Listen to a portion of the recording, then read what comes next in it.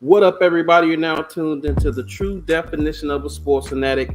I'm your host, Brandon Lampley, back today with another live stream. Man, it feels good to be back in the barbershop talking football once again. I got my co-host, John Reid, with me. We back in this thing. How you feeling today, sir? Feeling good, man. Feeling good on a Monday night football. Feeling good. Yeah. Yes, sir. Yes, sir. We gonna dive straight into it. We ain't gonna barely leave. We're gonna start once again with football. Man, I must say, this defense is giving me hope. It really is. This what I guess you would call a NASCAR package with where they had Arden Key in the middle, Caleb on Chase on the outside, Josh Allen on the outside, and Trayvon Walker on the inside. Dude, that's gonna be ugly. And Arden Key, but we talked about Arden Key plenty of times. Everybody's talking about Arden Key now, and everybody's noticing Arden Key, and they're like, man, who's 49? Who is this guy they signed? Where did he come from? What is his stats? What did he do? But we've been talking about Arden Key and the impact that he could potentially have. People are catching on now. I think this front, especially the front seven, is going to be good, man. Yeah, Arden Key might be the key. Well, I mean, but particularly when you got an inside guy, I mean, he's getting pressured right up the middle. So definitely that's a problem for opposing quarterback, to get inside pressure coming into him like that. And only thing I disagree with you on, I didn't see anything Chason did. I mean, he did lower his back. No, I didn't say he did anything. I just said he was part of the package. I just said he was part of the package. I think he's part of the package to see if he can deliver. And I ain't seen him make a tackle yet. I saw him get folded up once or twice. And they're playing him on each side. I seen him switching him around. He was inside. He was outside. He was on the third down specialist. On one play, they took Trayvon out. Another play, they took Josh Allen out. So I think they're just trying to see, does he fit? If he's a fit. Because I don't know, man. I think right now it's just I think I wouldn't be shocked about him. And I mean, there's some others on there on the hot seat too. But I like if nothing else, I love the depth that they have. I mean, that's the thing. You could put somebody in, those guys can play 3, 4, just play a couple of plays, come out, nothing is lost. I mean, there's no drop in the talent level. They can switch guys around. They can switch them on either side. And I just think, and then somebody said on Twitter, like, man, do you think that they're going to be just as good as the 217 team? I'll say this. I mean, it's too early to predict that. Yeah. But they're showing signs. And it is good to see this defense really get after teams early in preseason, stopping the run, because they have bottled up the Browns, they bottled up the Steelers. They were physical, and that's the best thing I love about Trayvon Walker is just the impact that he has. Once the ball snapped, I mean, he's coming with ferociousness. I mean, he's coming. Yeah. And he's delivering a blow instead of taking a blow. And, man, you got to have that as a defensive front. You want your defensive front to be aggressive at all times. And that's been lacking over the past few seasons. But when that defense initiating contact and they're knocking deep offensive linemen back 2-3 feet, and Walker's impact is so immediate that he literally, when he hits you, I mean, he's bringing so much force that that offensive lineman really got to plant his feet. He really don't have time to plant his feet, because when he's coming off that line of scrimmage, he's just coming with so much force that the offensive lineman can't wait to plant his feet. And that's a good thing. Yeah. It is a great thing, man. Also, can't forget DeJuan Smoot. And I saw somebody bring up that we had 2 recovered fumbles all of last year. That's 17 games, people. Recovered 2 fumbles. Two preseason games, 3 preseason games, 2 recovered fumbles already. I mean, I'm just saying, hey, these guys are opportunistic. They're fast. They're physical. They come in with bad intentions, man. And then we were missing Devin Lloyd, Shaq Griffin. I saw a thing you tweeted about Trey Herndon. Like, hey, they're going to have to give Trey Herndon safety help or something, baby. Something. Hey, man, I like the guy. I really do. I think he's a guy that gives it all. He works hard, but he's limited. And you can see it. I mean, it's almost like they're going to have – it's almost like having Dewey on the field a little bit because they're going to scheme him. And he's just not fast. He's not fast. He's not fast enough to play speedy slot receivers because that's who they're going to pick on. So I think you have to give him safety help. I think you got to play some zone, and you got to find a way so to make sure that the receiver doesn't get behind him. That he's got to play over the top and play in front of receivers, and then don't put him in isolated coverage where it's a go route and he's isolated on somebody that he can't keep up with. I mean, that's bottom line. That's bottom line football. He's not to say he's a liability. I think there's a way that you can utilize him, but don't have him getting caught up in single coverage and his man going deep and he has no safety help. That defeats the purpose. We done seen that over the last couple of seasons. Yeah. Know what the outcome of that is. So don't get caught up. Don't get caught up with what you see in practice, but evaluate what's going on in the game because that's what the true evaluation is going to be in the game. And there's a play in that Steelers game where he got beat. His bottom line, everybody get beat, but he got beat by a couple of steps. Yeah, he did. And the secondary, it just like the linebacker position, the only unit that seems to have depth is the defensive line. They seem like they can interchange parts on that defensive line.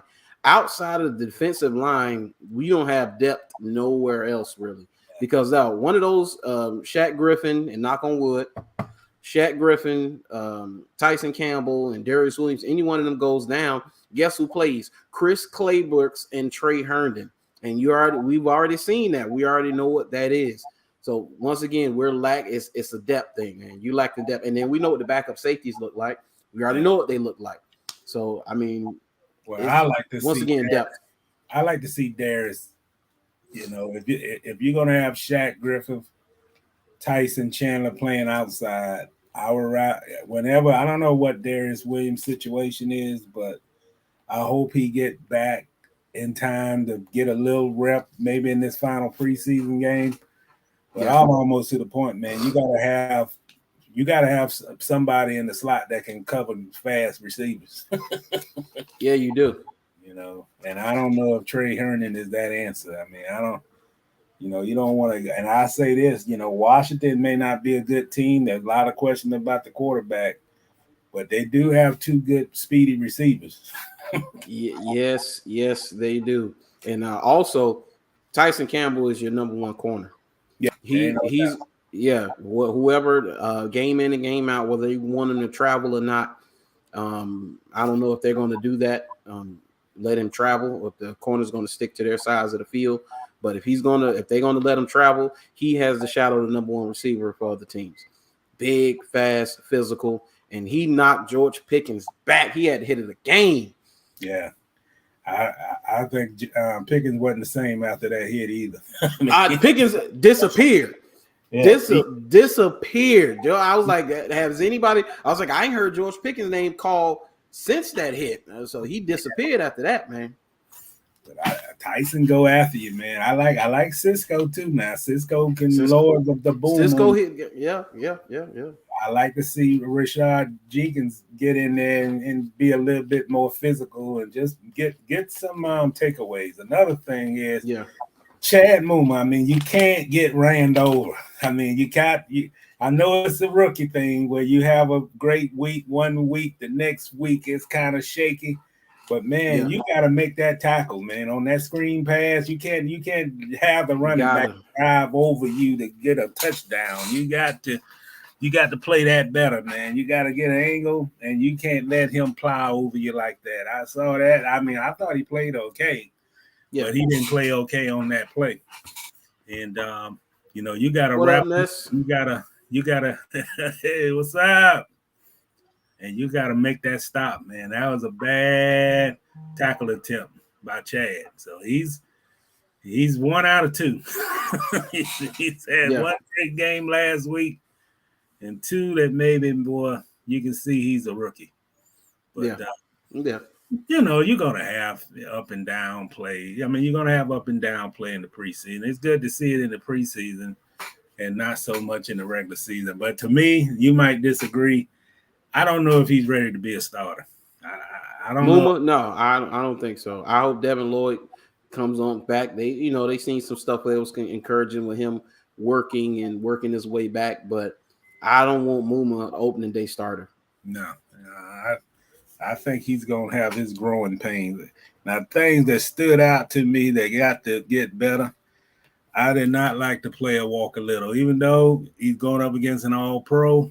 It's just some things I saw with his technique-wise that I just thought that it's getting off his back pedal to get in the position to make to get in position to get to protect on the passing plays. He allowed Wyatt a couple of times just get up on him too early, too early in his back pedal. And actually, I thought Jawan played much better than Walker. And about that, I got to give him his credit, and he was one of the coolest people when I interned at 1010. I was listening to him earlier. Rick Ballou called it. He said he thought that Jawan Taylor would win the right tackle job, and people, they were against him. They say, "Nah, you crazy, this and that." He said it, and it looks like Jawan Taylor is going to win that job. Yeah, I mean, but as we always said, competition brings out the best of you, and I think the competition. I think he's got a lot in him. I just don't think that he pushed it to the way he needed to push the button to go out there and perform consistently game by game and practice by practice. Yeah. But, and I think, another thing is I think it's going to be a competition battle that lasts the whole season, to be honest. I don't think you just judge it on the training camp thing. I think if Walker Little is in the game or Jawan in the game, get beat on a play, get beat consistently, maybe 2 out of 3 snaps of reps, and he gives up too much pressure, then you got Walker Little right there to replace him. So, but as we've spoke all along, I still think the offensive line has some work to do, and they got to figure it out in the red zone. You can't get down that area. And I know they're running generic offensive plays. And this is also on Trevor Lawrence. Trevor got to look off receivers a little better when he's in the red zone. There's too many times he's looking on one side of the field. Yeah, and they got to start running some plays where they either crisscrossing or bunching or something. Yeah, running plays that cut off half the field, I don't like that because he only had one side. He was rolling to that side. The other side, that's eliminated. He has no options over there. Don't throw back across your body, you know. So I don't like plays like that because once the Steelers saw he was rolling to that side, they plastered the receivers, and that was it. Well, you got to have a counter play. You got to have, I think they did a 1 or 2 play action plays, but you got to figure out a way so these receivers can get some separation. Another thing that I kind of stood out to me, I don't think they threw enough to the tight ends. I know that I don't think so either. Yeah, Ingram had a pass that was low. I believe he might have had 1 catch. But if you're going to have 3 tight ends, 4 tight ends on the roster, you're going to have to throw some. I mean, you got to use them. I know Hurts is a blocker, but whoever else you're going to have on the field other than Evan catching passes, then you got to utilize and balance your offense a little bit with some, it just can't be Jay Jones and Christian Kirk and those guys and Marvin Jones, and you don't have no options that can get you 10 or 15 yards down the field. I watched a lot of those preseason games over the weekend. Everybody utilized their tight end. Yeah. Everybody. And dude, how did it feel to see Freiermuth eat us up? Oh, man. I was just watching Freiermuth, and I watched it on my phone, and it was a Jaguars broadcast, and I switched to my computer. It was Pittsburgh's broadcast, and they were interviewing Freiermuth on the sideline, and I was just like, good night, sweet prince. I will miss ye. Oh, my goodness. Oh, yeah. Yeah, and then their red zone offense was good, too.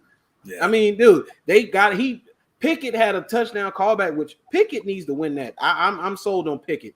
Yeah, go and get Trubisky out of there. You know what that looked like. Mason Rudolph is Mason Rudolph. His claim to fame is getting hit in the head with another player's helmet. That's his claim to fame.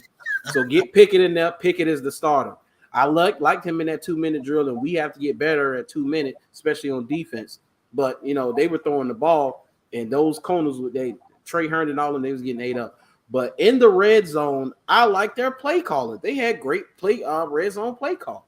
Mm-hmm. And that's what you need. I mean, you don't have to show everything in the preseason, but you got to utilize some plays that's going to confuse somebody.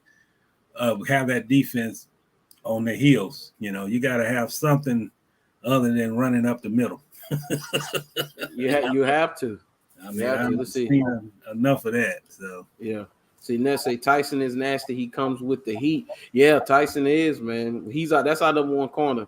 Muma got to see the field better and understand his defensive assignments. Yeah. And he's got to get physical. You can't. You got to always be physical. You either got to knock that running back out of bounds, or you got to just wrap up and don't let him plow over you. That's like one of the worst things a linebacker can do is get run over. Yeah, one of the worst. Yeah, Trevor missed Kirk twice on what looked like the same play. Peterson is a tight end coach. Ertz was a highlight. Yeah, I think you'll see good utilization of the tight ends. Peterson was he was great with that. They had Ertz and drafted Dallas Goedert, so he likes tight ends. He likes tight ends. But Trevor was up and down. He had a few where he should have hit. He had like 1 or 2 layups where those passes he should have hit. I think you had like 1 or 2 drops or so. But then he had some throws where he showed the arm talent, man. So it's about him getting consistent and him getting comfortable. Because I will say, for a preseason game, Pittsburgh brought the heat. Dog, man. Whoo! They were cooking up something in their blitz packages, man. And you know what? I think that was a good test for this offense. I'm glad they did it. Yeah, because Watt is one of the best. I know that everybody talk about JJ this and that, but his brother is bringing the heat. Yeah, I think Walker Little found out just why this guy's an all-pro. And Walker got to get better, man. I mean, this was an opportunity that I essentially think, as you agree, I think it's essentially he blew an opportunity. I don't think he's going to get that starting job. I think he done ran out of time. I think these guys, they're not even – I think at this point when you go to Atlanta and you do the joint practices, they evaluate the joint practices of probably – more thorough than they will with this final preseason game. I did see Walker Little was, he essentially played a lot in the third quarter. I saw him out there still in the third quarter playing with those third stringers. But man, you got to seize an opportunity, man. Another thing is Jawan was hurt.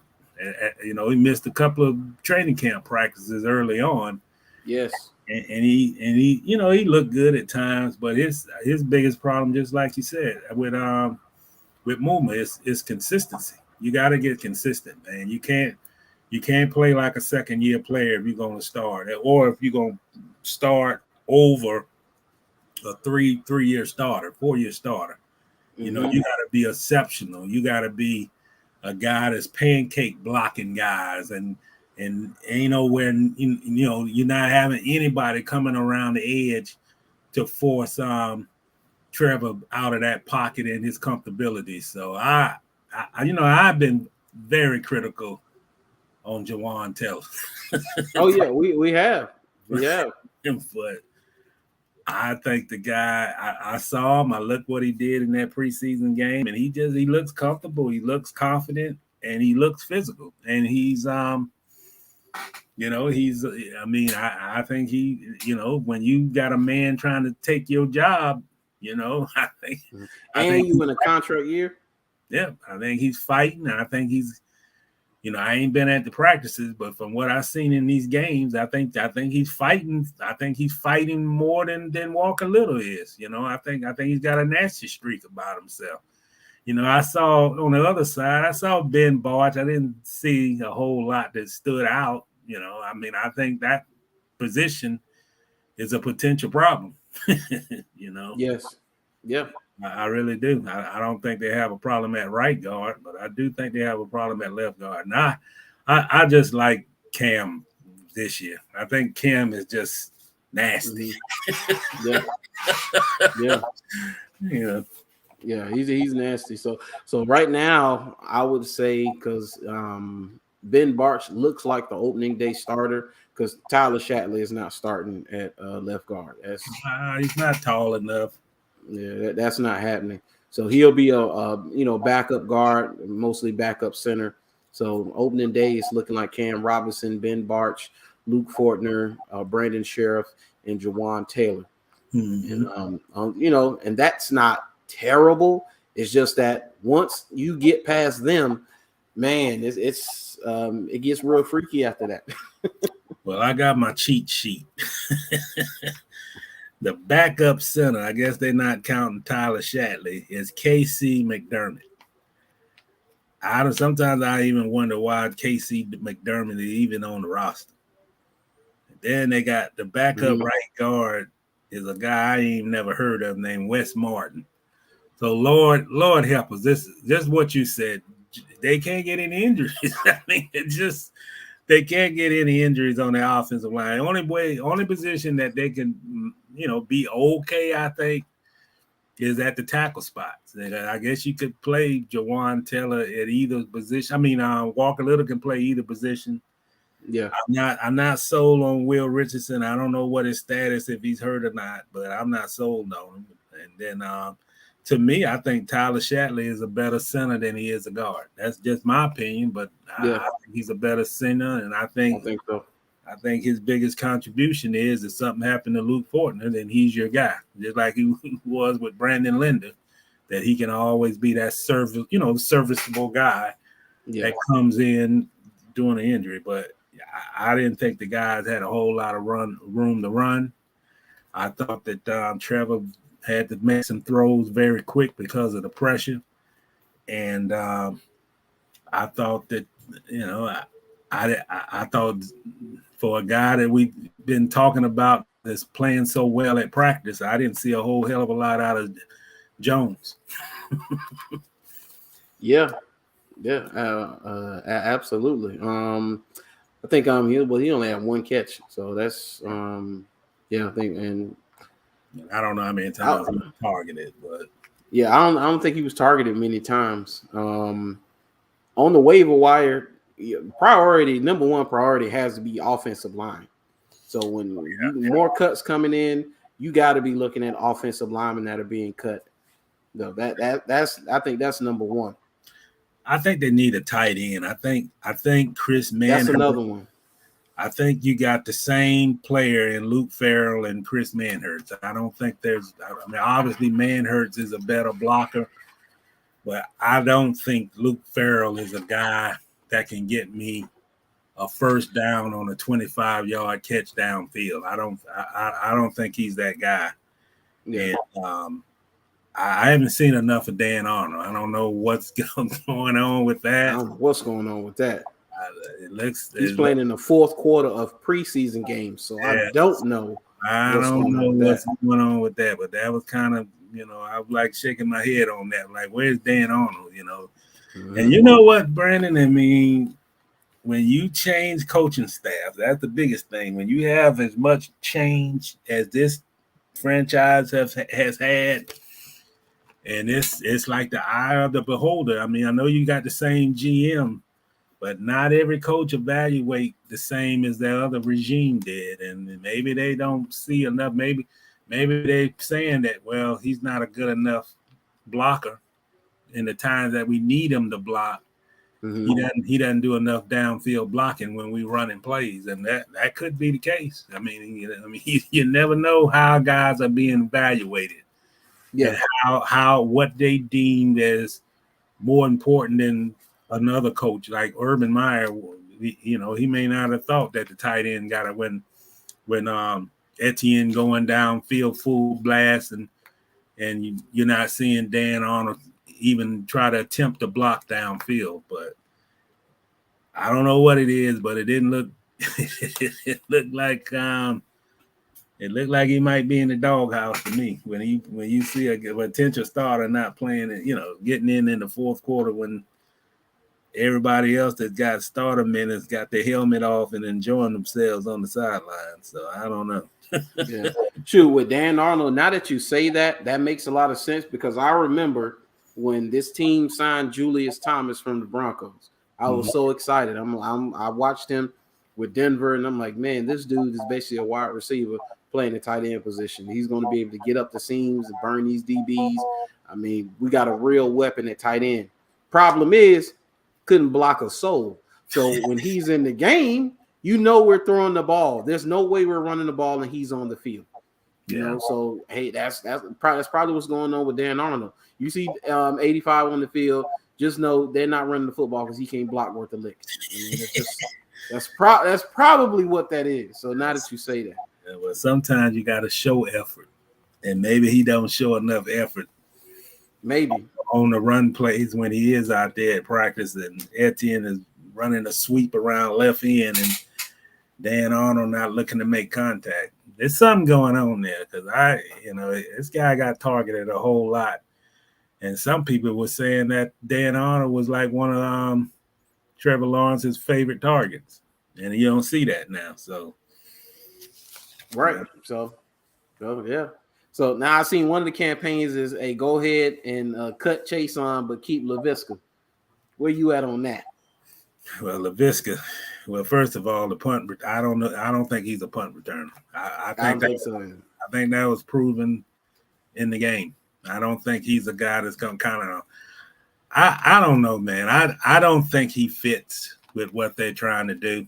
I don't think he's fast enough. I don't think they want to take the risk of. It's too late to experiment when Doug Peterson got a win immediately, basically. So I don't see him being in a slot. The way Christian Kirk is playing, I just don't think they need him as a slot receiver on this football team. I don't think he's fast enough to play outside. And I just think that they're going to play the conventional. I mean, Doug is not like a guy. I mean, he's a good play caller, but he's not a guy that's going to play gadget plays, and they're not going to spend a whole lot of time to add some offensive plays just for one guy, Yeah. So, I don't know what his role is. I don't think my position has changed from OTAs. I think this guy might get traded. I don't think he fit here anymore, to be honest. I don't think there's a fit in Jacksonville for Laviska. And it's sad to say that, but you're looking at a high draft pick, a guy that's look like, everybody look at him, he's got the physical tools, he's a physical player. Yep. I don't think he has blazing speed. I think they got who they want. I just don't think that they're just going, okay, come on out the game, Christian Kirk, and we're going to put LaVisca in your place. I just don't know if there's a spot for him on this football roster. Yeah, I think they'd have to make it as a special team if he's going to land a spot. I mean, I don't think they're going to cut him. I think they'll look, and Chason is just, I really feel on Chason, they're looking for any way where he can make a play. I mean, basically, it's like this is the last straw. I mean, I saw the guy come in the game. This is early third quarter. I saw one play. They took Josh out. They put him in at the same spot Josh was in. He didn't come up. He didn't come off the edge as a statue. But I didn't see enough aggressiveness from him when the play was away. There was a run play, and it ran away from him. But I just didn't see a guy looking to, like, make a tackle. It's like, oh, it ain't on my side. And he just kind of pushed off the guy. Somebody made the play. And one thing I think his biggest problem is that he cannot find ways to make plays. He runs, I mean, he don't know about angles. He don't know about spin moves. He's a very raw football player. Yeah. He just do not find a way to make plays. And I don't like the way he come off the ball. I think he goes straight to the blocker. I don't think he try to go around the blocker. I think he goes straight through the blocker. And you're talking about being outmatched, overweight. I mean, he's undersized, so he's every matchup he's got against an offensive lineman, if he's gonna go straight beat that into him, he 9 out of 10, he ain't gonna win that matchup. Yeah. And I just think this guy gotta learn football, man. It ain't about strength always. It's about how do I get to the quarterback, or how do I get to that running back, and what do I need to do? Just because the play say go and you go in the X hole, that's your assignment. Where if the play is not in the X hole and it's in the Z hole, and we need you to make a play, then you don't go in the X hole just because the play said it. Yeah. I mean, he's on the outside. He don't have to play gap control. That's what a defensive tackle and those interior guys.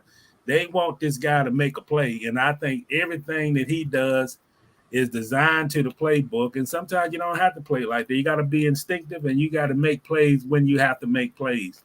He has to make plays. If there's going to be a guy out of these, I don't know who we're going to see in that final preseason game, but I guarantee you he'll be on the field.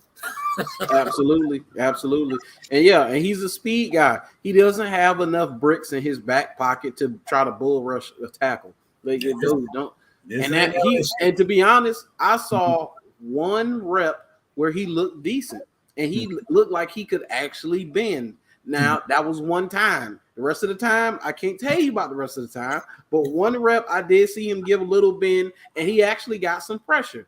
But other than that, man, I think that you are right about that. I think they're trying to find ways to get him plays and basically just put him in the position where at least the player come to him. See, that's the problem. Chase on, he doesn't play smart or use his quickness against slower linemen.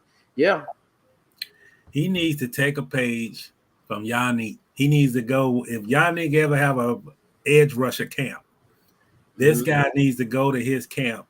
Because when you're talking about size, Yannick didn't have size either. No, he was not big. But this is what he did well. He got off the edge quick, and he had moves to get around the tackle that he's not going straight up on him. He's going on his outside shoulder. And I think this coaching staff has told Chason everything to be successful. And I think Chason is a guy that only knows one way. He only knows one way to play. He's not willing to change. He's just willing to take advantage of his athleticism, and he only goes one way. Another thing that's a problem with him is he don't use his hands. See him, he doesn't use his hands. He don't when those guys doing all that, they're doing that for a reason.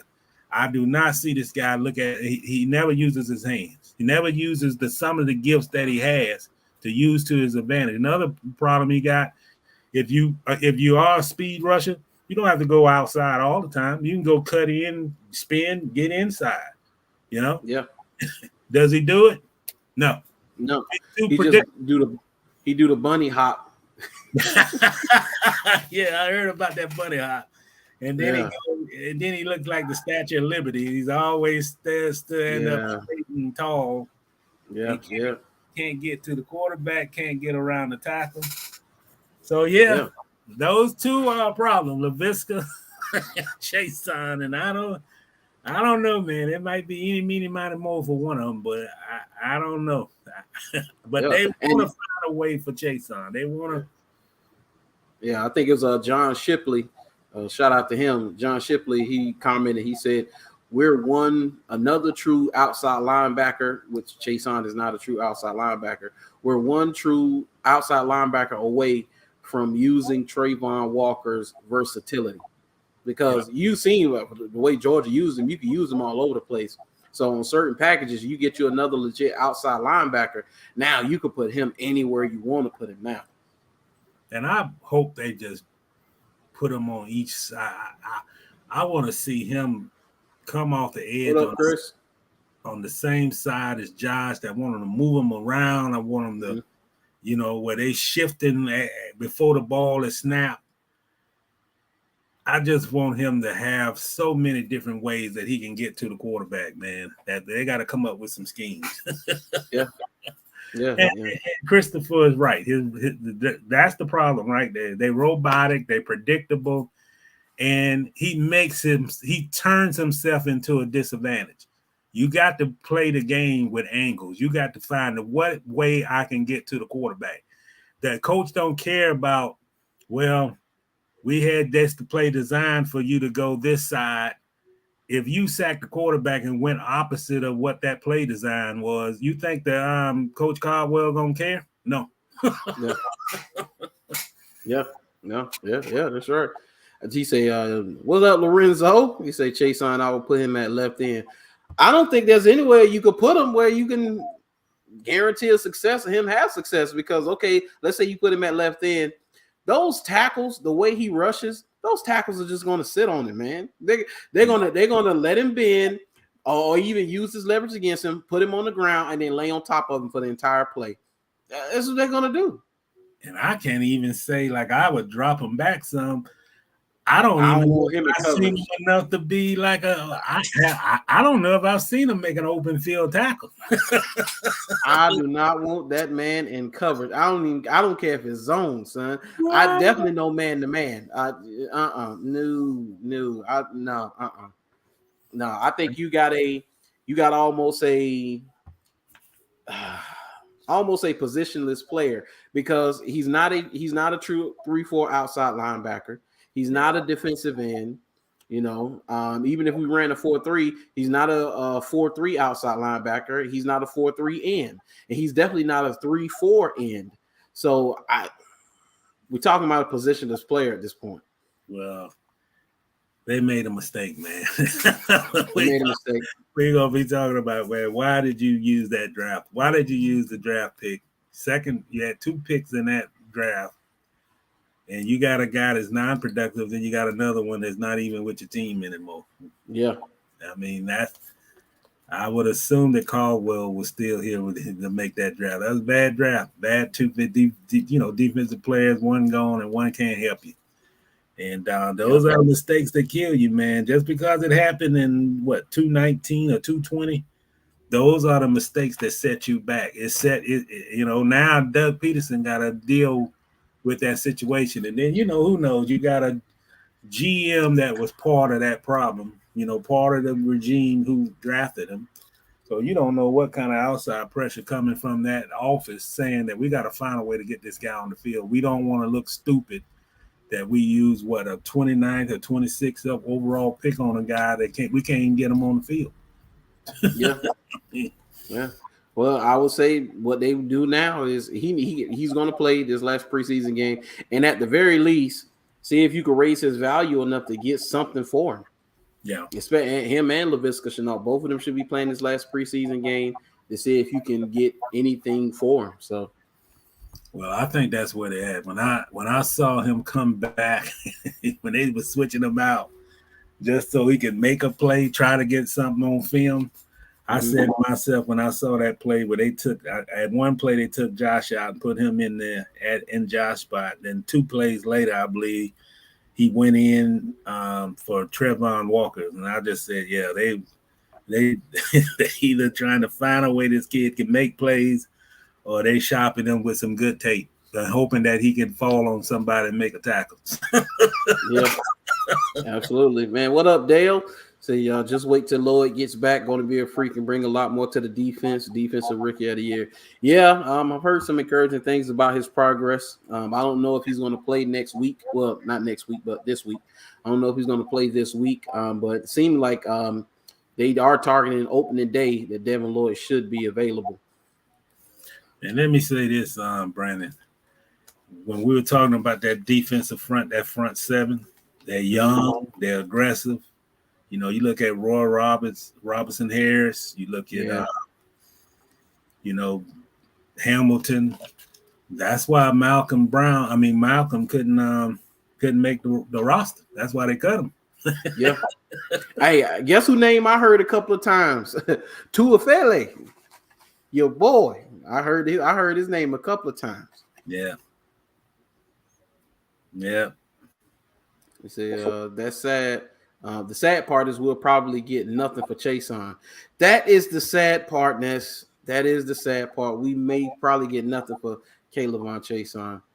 Well, you have to draft, man. You have to hit on your draft picks. You have to hit on your first round picks, man. You can't have busts and then hope, okay, well, everything good 2 years later, because it set you back. It set you back because man, think of the ways they could have used both of those picks. You know, you can go back down on that draft and say, damn, we didn't get this, we didn't get that, but we got this guy. And that's, I mean, I think that's who Dave Caldwell was still here when they drafted that, I believe. Yeah. So, yeah, he was. And this shows how bad the drafts were. I mean, and the lack of depth that we have, man, because that's years of bad drafting because we have no depth here. You have nobody behind these starters that they came up with. Say Arden Key might be the free agent signing of the year. Yeah, we talked about Arden Key earlier. Yeah, Arden Key may be that guy, man. He's on the radar of the casual Jaguar fan now. You know, now, yeah, the casual Jaguar fan, they heard the name, Jaguar signed Arden Key from San Francisco. Oh, Arden Key, I wonder who that is. Never heard of him. And then they just moved on with their life. Now they're like, who is Arden Key? I need to know who this guy is. So he's on the average Jaguar fan's radar now. Yeah. Yeah, well, he's playing good, and I think he's going to be a big, big impact for this once the real game start. You're going to be hearing his name a lot, obviously. Yeah. Oh, absolutely. Absolutely. So, but all in all, I mean, defensively, of course, man, what more can you say? Offensively, I mean, I think it's a work in progress, just like the offensive line is a work in progress. James Robinson, we're going to need him sooner than later because without James Robinson, I don't think we're going to be able to run the ball consistently. I mean, ETN is electric. I mean, you get him out on the edges, and, you know, he had some runs where it looked like he was going to be down. That kid is slippery. He's spinning out of tackles and stuff, so he's going to have his moments. But we talking about a consistent run game. That's James Robinson. And it's painfully obvious that it is James Robinson. So we need him back. I like what I saw from Snoop Conner, power back. Mm-hmm. You know, he's just young, but wide receivers, I think we'll be fine at wide receiver. I have no doubt that we'll be fine at wide receiver. Like I say, the tight ends, you know, Doug Peterson incorporate more of the tight ends. But overall, defense looks good. Offense, they got to continue to work. And Trevor, they got to continue to work. And they got to get a kicker. Oh, I forgot about Yeah. And so this is the thing. I heard this talked about early on the radio when I was going to class. So would you rather have somebody where you know you're going to get that guaranteed 3 points? You're going to get that field goal. He's going to make the field goal versus, somebody who field goals you don't really know, but he's going to boom it, and he's going to get touchbacks, and yet that team won't be have their starting field position won't be ahead of the 25. And field position is important, but I don't know. It's consistent kickoffs or consistent field goals. I want the 3 points, man. I'm just saying. I want the 3 points. I want a guy, and I say this. I thought the kid they had last year that made the kicks against Miami, almost to the point I think they should have kept him. Yeah. Even if I would have to have 2 kickers, I know that's crazy for a roster like this one to have 2 kickers. Santosa got a strong arm. He's going to get a lot of touchbacks if he's still here. But man, you got to make 57-yard field goals. I don't give. You got to. If you got a strong leg, you got to make it. You can't wide left and wide right. And to be honest, I just don't think they were bad. Yeah, there's been no consistency with the kicking, with the field goal kicking situation.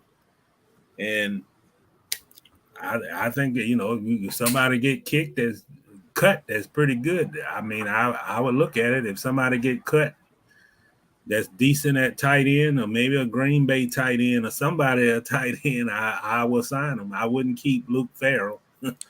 There's a tight end in Cleveland. I saw it mentioned on Twitter.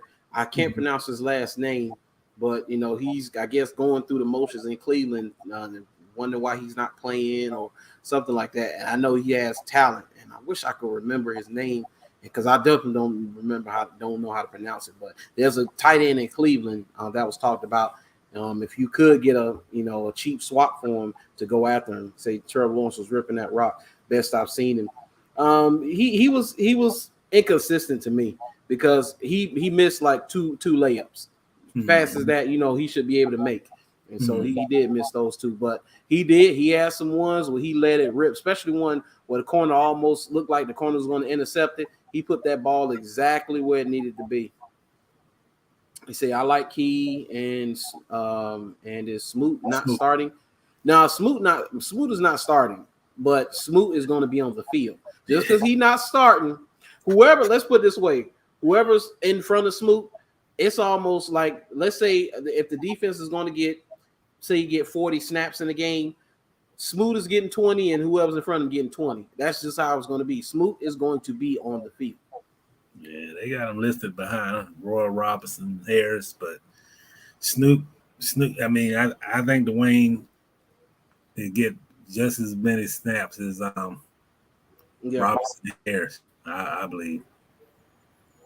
He said Zay Jones going for at least 12 touchdowns this year. Just saying.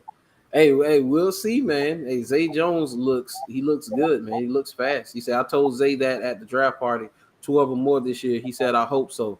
So he said, my hope is for people. Come on, man. Yeah. Let's see. Nesco said, could it be possible that we may have too many weapons on offense? Absolutely not. No, absolutely not. That's not possible. I've never heard that ever in life. I want more weapons. If you could go get me, if you could have got me Debo, if you could have added DK Metcalf to this, or Terry McLaurin, or AJ Brown, or any, I would have took them right away, even with this group. So, man, absolutely not. They had too many weapons on offense. Believe me, they would have won these preseason games. Yeah, they would have scored a bunch. Yeah. So, but my concern there is, man, I think EJ Perry is a problem. Oh, I knew you was gonna bring up EJ Perry. Why in the world is kid on the roster? That interception he threw the ball right at the guy. I say, man, guys can't close out a game. He gets down and throw the interception right to the game, and Pittsburgh come right down the field and score that game-winning walk-off. I I got to see a little bit more from Treadwell. I mean, I heard the guy been shining in practice, but I ain't seen him in the preseason. So if he's gonna earn that one of those fourth or fifth roster spots, I think that he has to produce a little bit more for me. Yeah. And EJ Perry, shoot, if Jake Luton is trash, then EJ Perry is let's just say he's right above it. Because from what I saw, yeah. And what do you think? What do you think they're gonna do with LaVisca? Treadwell has disappeared. Wow. Yeah. What do I think they're gonna do with LaVisca? I think they may end up keeping him. And what role? And so he'll be a quick receiver that never gets on the field. Yeah, I mean, and they'll maybe have put together like he'll have a package here and there to play with, because so let's say God forbid let's say Zay Jones goes down or Marvin Jones goes down, or even Christian Kirk goes down. I mean, I feel differently about the wide receiver room when one of those three go down. Well, they got to get somebody, maybe Jamal Agnew. Now, Jamal Agnew, from what I've heard, Jamal Agnew is all the way back from that hip injury. Yeah, he got a catch. I believe he got one catch. Yeah, he had a catch. But so he can't wait for the regular season. Oh yeah. I want to see the guys. Another thing I saw in that game, I love slant patterns and crossing routes, but I want to see more downfield routes. Yeah, I do. I don't want to see Christian Kirk go across the middle inside. I want to see Christian Kirk go across the middle outside. And he looks much smaller. Either he done lost a lot of weight since the spring, but from where I was seated at the stadium, boy, he looks small, man. Yeah. He looks small. Cause son, you got a 6-pack on somebody else. You just stealing at this point now. Come on, man. Come on. You betting with people who they not all the way there, Kassan. So what's the 6-pack bet though? Jaguars winning, and so they lost. So he got another 6-pack. Who betting on preseason games, man? That's what I want to know. Yeah, man, you don't bet on preseason, man. I wouldn't even bet a 6-pack of Kool-Aid for no preseason game. Yeah, he said I bet Visca play a lot this Saturday. Yeah, I bet Visca probably play the whole game Saturday. Well, I want to bet what he gonna do. Right. And Dale Brown said keep your eye on Willie Johnson Saturday. Yeah. What's the other one? Tim Jones? Is that 83? Is that Tim Jones? Tim Jones. I like what I saw from Tim Jones. The kid from Notre Dame? He's still on the roster after them drop passes. I haven't seen him. Is he? Yeah. What is Kevin Austin? Kevin Austin. He was out there. Yeah, Kevin Austin Jr. He was out there. I think he had 1 or 2 catches. You say, who was the backup QB for the Jags? Oh, CJ Beathard. CJ Beathard's the backup. Yeah, CJ will be the backup. I think he's fine. Yeah. EJ Perry is not it, so we know that. But CJ Beathard will be fine. Yeah, he's about as bad as Jake Luton, man. Yeah, EJ Perry is. And they got to do something at running back, man. The Sergeant, I don't think he's gonna make the roster. Armstead, I don't see that. James Robinson come back, I see that. And then you probably keep. What do you think? They keep 3 running backs? I would say you keep 4 running backs. You need to keep 4. So James Robinson, Travis Etienne, Snoop Connor, and you need to get a 4th. But it ain't Rock Armstead, no. Sergeant, no. I mean, no. I would say wait the waiver wire when teams start cutting running backs. I'm looking to bring one in, maybe another veteran, because a veteran is going to get cut. Somebody's going to cut a veteran back, bring another veteran in. Well, if I was doing cutting, I cut on this offensive line. I cut KC McDermott. I will cut. I don't even know. I'm just looking at around Wes Martin. I cut Nick Ford. I cut I would open up at least 3 open spots on that roster for the offensive line, and I would sign any veteran cut. But I think they need some help at tackle. At guard. I think they're okay.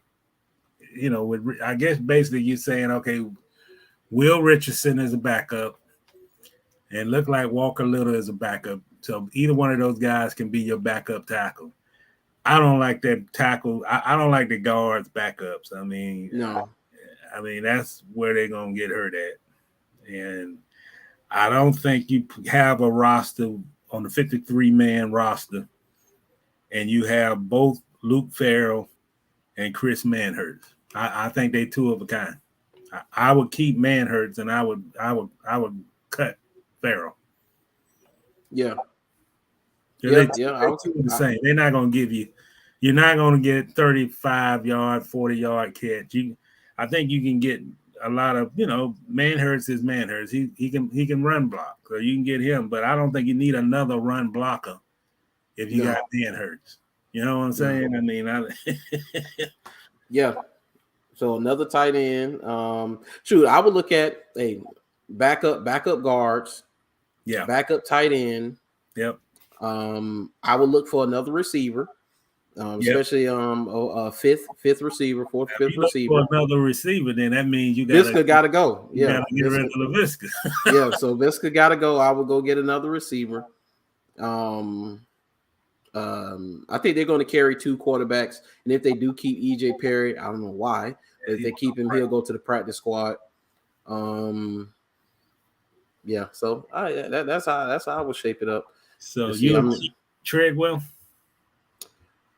If I can't get an upgrade, I'll keep him. If we gonna get somebody on that could be a considerable upgrade, not even considerable, but an upgrade off the waiver wire, then yeah. 5 receivers. How many receivers you have? 5 or 6? 5. So both Joneses, Kirk, Treadwell, Visca, and who else would I keep? Oh, you gonna keep Jeff Cotton? No, not keeping Jeff Cotton. And Agnew.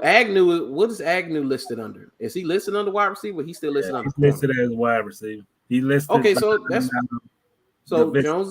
Jones, Kirk, Treadwell, Agnew. Those are my 5 right there. No, that's 5. Did you say LaVisca? Nah, Visca gone then. If that's the case, man, go ahead. Because they're not gonna. I don't see them keeping 6 receivers. So Treadwell get cut. You cutting Treadwell? No, I'll keep in that scenario. I'm keeping Treadwell. So who you got? You got Marvin Jones. You got Treadwell. You have Christian Kirk. Zay Jones. Yeah, Zay Jones. That's 4. Jamal Agnew. That's 5. So Treadwell, both the Joneses, Kirk, Agnew. Visca's out of here. Unless they keep him as a punt returner. Well, we seen how that worked, and I don't know if that's gonna work. I don't think that's he lost that ball in the lights, man. Yeah. He said, Kassan said, if they want to offer, I'm sure gonna take it. Hey, I ain't telling you not to take it. Keep taking it. If they want to keep betting on preseason games, go ahead, do it. He said, I'm in my cube quietly, only so much trash talk you could take about Jags in the preseason. So what up, 6-pack this week? They said sure. And I said they would cost game in the 4th with the kicker is the downfall. Yeah.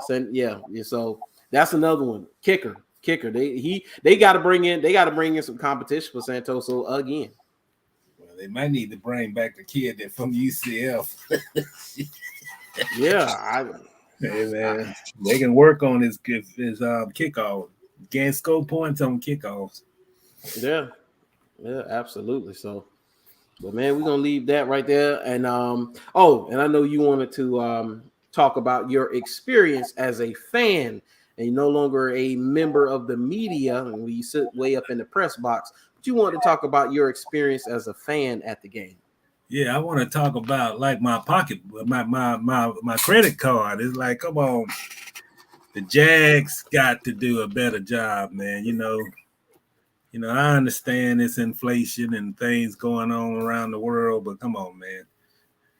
Lower the price of the tenders. Lower the price of the peanuts and popcorn, and stop hitting all the fans upside the head 20 different ways. You got to pay this to park. You got to get into the stadium. And it's just like, I think that there are some NFL teams that has discounted food. And I think the Jaguars, if you're going to have, because I look on these sites where you buy the tickets, and Jaguars tickets are among the lowest in the league.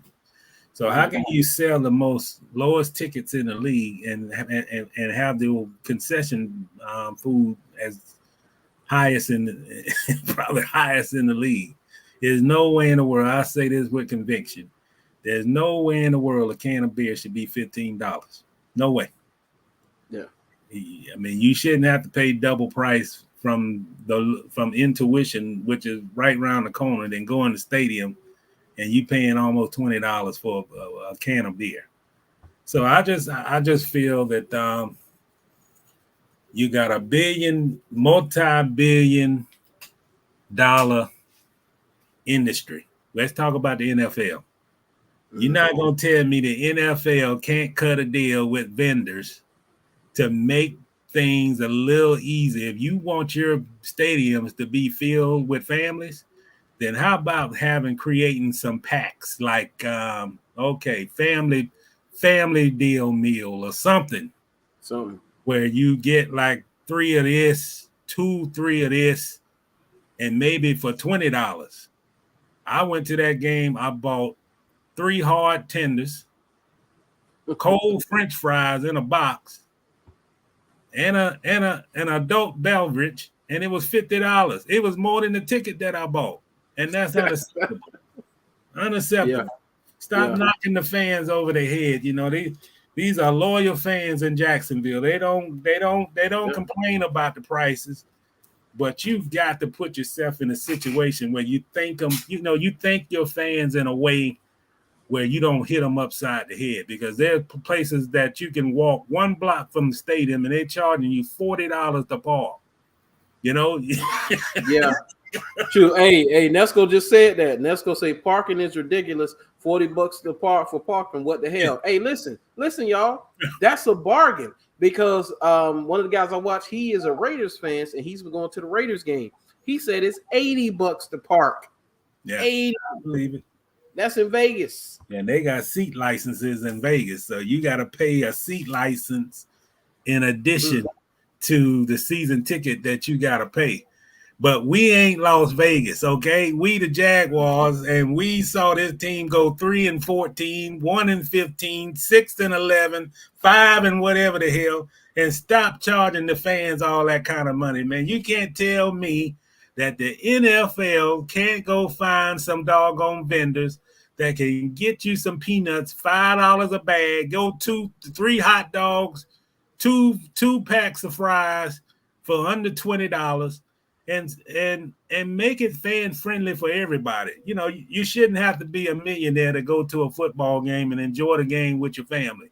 So if you're going to have those prices like that, then don't cry when the fans stay at home, watch the game on the big screen television. They don't have to pay $40 a pop because the car's in the driveway, and they can pop their own popcorn, go in the grill, have their own tailgate party right there in the backyard. But you got to stop hitting people over the head like that, man. That's unacceptable. There's no way in the world that they should be charging those prices for fans, And I'm not saying, like, if there's some nice restaurant that you have Bono's and Bono's charging because it's Bono's, I don't have a problem with that. But when you have people in the stands, you got a whole mix of people who have made that sacrifice to come to your games. So you got to have a pricing range that fits everybody in that stadium. It's just like a car. You got people who can buy a Cadillac, they're going to buy a Cadillac.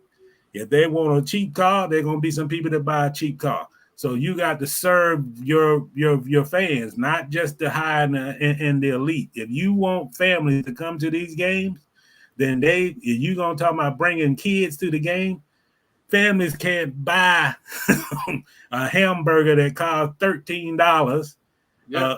A cup that you claim is a souvenir cup, and you're charging $18 for a cup that lasts a week, and they start peeling with the emblem on the cup after a week. So come on now.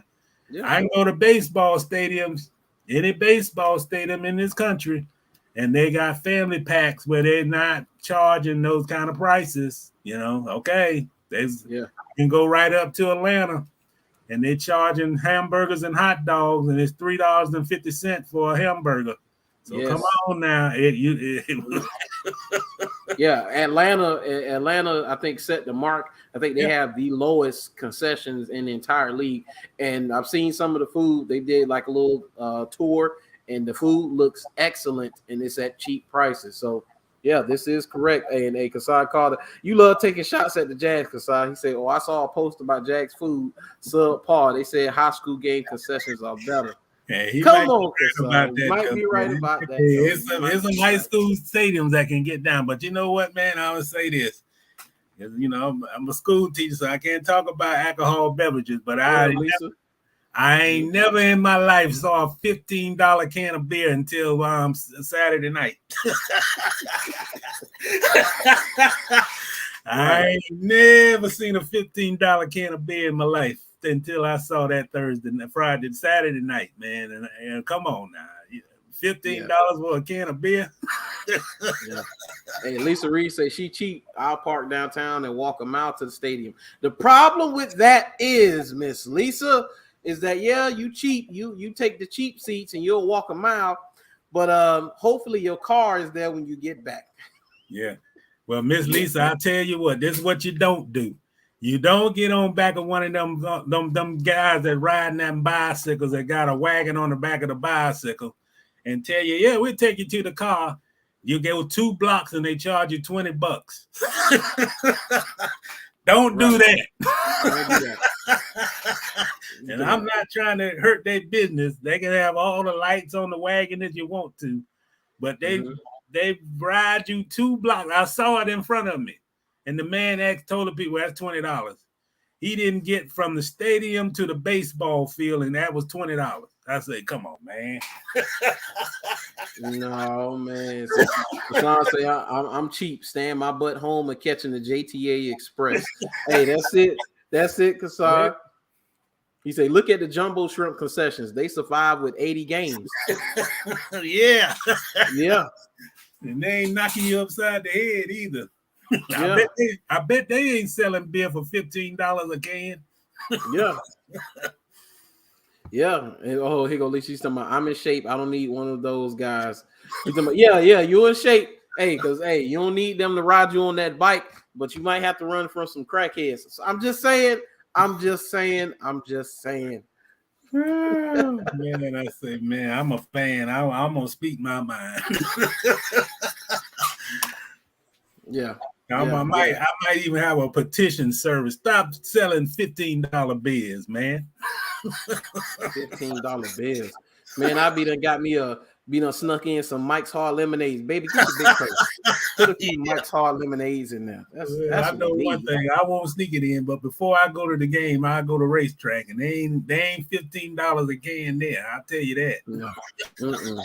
Absolutely not. Hey, do like some of them dudes do. They be shotgunning bills, walking through the gate. Oh, sir, you can't bring that in. I'm almost done. Wait a minute, woman.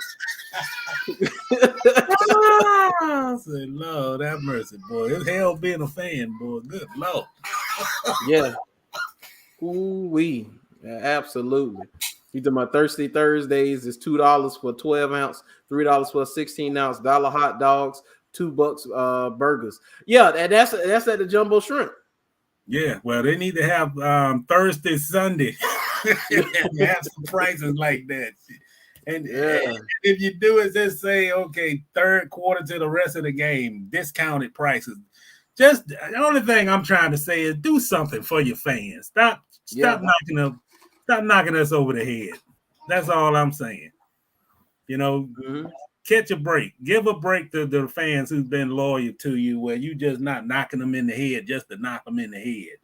Yeah. Yeah, absolutely. I understand he's trying to make a profit, but come on, man. You got to sell. You don't have to sell hamburgers and French fries and popcorn to the kids for that price. So yeah.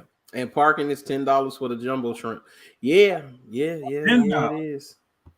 $10, yeah. So don't you love the NFL, man? yeah, don't you just love it? Don't you just love it?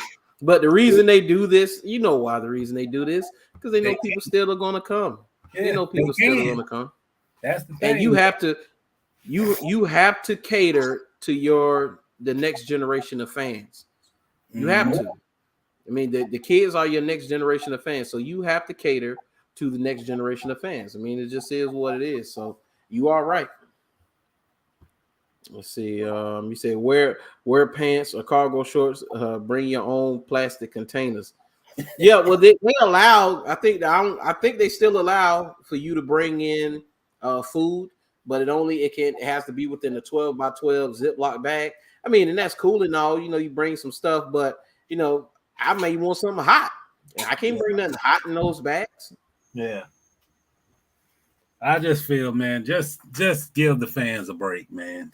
I mean, you know, they got to buy the ticket, they got to pay for the parking. Just give the fans a break. Yeah, if you get to the stadium after the first quarter, those park attendants are gone, free parking.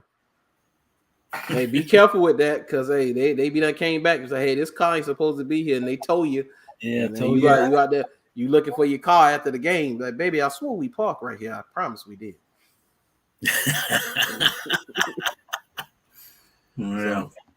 So, man, we're going to leave it right there. We're going to stay on football. We're going to talk about Mr. Deshaun Watson. And I must say about this whole thing, he got 11 games. They settled on 11 games, fined him $5 million. And I was just listening to some of the takes people had. RG3 was one of the more egregious ones. I like RG3, but I did not like, what he had to say and what he went on. Matter of fact, because it's what he said. I think he did. I think it was on ESPN. So I cannot show you, but I can at least play the audio. Mm-hmm. So let me see if I can find the audio. But until I find it, but I was listening to them. All these people, and just I'm listening to them, they're on their high horse and he's this and he's that, and I'm like, Robert Kraft just had a situation not too long ago, and I heard none of this. Daniel Snyder, still, it's an ongoing investigation about what's going on with him. And once again, have you heard anything about that? I haven't heard anything about that. Only thing I've heard about that they concerned about is him skimming money off the top of ticket money. That's the only thing I've heard about. Yeah. Jerry Jones, he's running his mouth talking about, basically how them going at the owners is something, that's predictable or whatever, and they shouldn't be doing that and all of that. But for the most part, I'm like, where was all this energy for the owners and for things the owners done? It was absolutely amazing to me. Yeah, we talked a little bit about that last week, man. It's a double standard, basically. it's what the owners get away with and what they don't allow the players to get away with. And the problem is the commissioner. I think he's too close with the owners, and I think he's scared about his job. The guy makes incredible amount of money. I don't know total what he gets per year, but it's a whole lot of money. And I think that there's a two-standard league. I think the owners are not held accountable enough. And I think you have to go back to a commissioner like Pete Rozelle, and that really, he didn't treat the owners special. If they broke the rules, he enforced the rules, and he didn't worry about his job. I think this commissioner here worry about his job. He worry about his relationship with the ownership, and I don't think he enforced the rules when it's related to owners. What commissioner that you know of ever in the NFL had an investigation conducted by the league and don't disclose the findings? I've never heard of that. Yeah, Washington. Yeah, I've never heard of that. Yeah, they haven't disclosed the league, and they don't want to disclose what's in there because we don't went over that. It's some stuff in there that they do not want revealed and out in the public. It's just what it is. And the same thing about Miami. When those charges came out, the league should have just had whatever they needed to get done to investigate everything from ownership down to everything. You know, what was being said about what happened. Did they do that? No. They just slapped them with a wrist and say, okay, well, we got something on you. You know, we're going to get this tampering charge to make I just think it's too publicly. Even with this situation with Deshaun, man, it's just like, okay, let's see what the public opinion feels about it first. Yeah. And then it was a outcry, and then they say, then he did not make a comment before the first judge made the ruling, but after the judge after he let it percolate and people talking about it, that it didn't seem like it was harsh enough penalty, then the commissioner comes out publicly and said that the league, we want to look at this a little more. We think he should have got more punishment, And I mean, I just think the league is too PR pushed, and they do everything to appease the masses, and that's not how you conduct business, Absolutely. So let me get. Oh, I ain't see y'all comments. Nesco say, "Get you a friend with some triple D's and pack her." Hey, Lisa say, "Leave us double D, triple D's alone." He talking about now. He meant triple F's. Yeah, so she could be just, hey, this your snacks, baby. This your snacks right here. I got yours right here. Here go yours over here. I got yours right here. Who had the chicken? I got the chicken right here. Yeah, that's how I want it right there. Yeah, we all may not want to bring a whole meal into the stadium. Right. Right. That's a snack. Yeah, they say Nesco said the last woman said she won't take the money because he won't apologize. Yeah, I saw that. She's doing, she's dragging this out, and she's doing this for attention. I found Robert Griffin III, so I'm gonna play this so you guys can hear this. If you want to just reiterate one more time your take on this, how you wish this was handled. Yeah, I believe that for the NFL, they made the best business decision for themselves, but this was an opportunity for them to stand up for women and say, you know what? We don't care if this drags out, because this is our opportunity to say, women, we support you. We support you, and we understand that his behavior, as ruled by Judge Sue L. Robinson, qualified as sexual assault, qualified as sexual misconduct. And we're not just going to go for a year. We might even go for longer than that. We're not going to go for a $5 million fine. We might even go for longer than that, because there's no amount of games and no fine money that you can put on the feelings that these women have. And when I listened to his apology, Deshaun Watson wasn't apologizing for his behavior. He was apologizing for how his behavior made you feel. And we've all had somebody in our lives like that. And that's why I think he has no remorse and he has no contrition for what has happened. And I just want to pour out my heart for the women out there who have been affected, because as a father of 3 daughters, soon to be 4, I would never want my daughters to be exposed to any type of treatment, especially that type of treatment from a star player in one of the biggest leagues in the world. So I'm going to tell you why this is problematic from RG3. First and foremost, RG3, come on, black man. Really? This is what we're doing? And then number 2, your college head coach is still surrounded in controversy, and you stuck by him, RG3. What happened with that? I've never heard RG3 speak ill of Art Briles. Now all of a sudden you're saying this, RG3? Is that what we're doing now? Where's the hit piece on Art Briles? Where's the hit piece on Robert Kraft? Where was this NG for Jerry Jones? Daniel Snyder, still an open investigation. What are we doing here, RG3? No. And these dudes with daughters who get this clarity or whatever, and I get it, those are little girls, I got it, fine, whatever. I know it changes your perspective, but come on, dude. Come on. This is their chance to show women. What about the Ray Rice situation, RG3? What about the Greg Hardy situation? What about Ben Roethlisberger? But Deshaun Watson is the one you want them to make an example out of. Come on. I can't take these guys serious, because all he's doing right here is pandering right now. That's all he's doing. And what network is this? That was ESPN. That's First Take. That's why First Take suck now. That's why nobody watches. Yeah, that's why. Here's a guy, like you say, never spoke a bad word about his college coach. Never spoke out hardly about anything. And now I mean, he's going to speak out and this, relating to this and that. I wish it comes a day where retired football players stop simulating news on the national airwaves. I just wish that becomes a day, because I just think I'm almost to the point I can't even watch NFL Network, even the football telecast, because you got guys who's not trained in media, and then they're asking questions where I can go pull a sixth grader and ask, hey man, can you do an interview with this player? And they'll do about the same questioning. And that's it's a dart throwing on the thing. And then, you got shows like this here, First Take. Who knows what they said in the production meeting beforehand? He probably was told to say that. He probably was told to say, we need a strong opinion against Deshaun Watson, and you're a former player, and we want you to simulate a opinion that's opposite of what some people might think that you would say. And that's what it is. It's all about ratings. That's all it is. Yeah.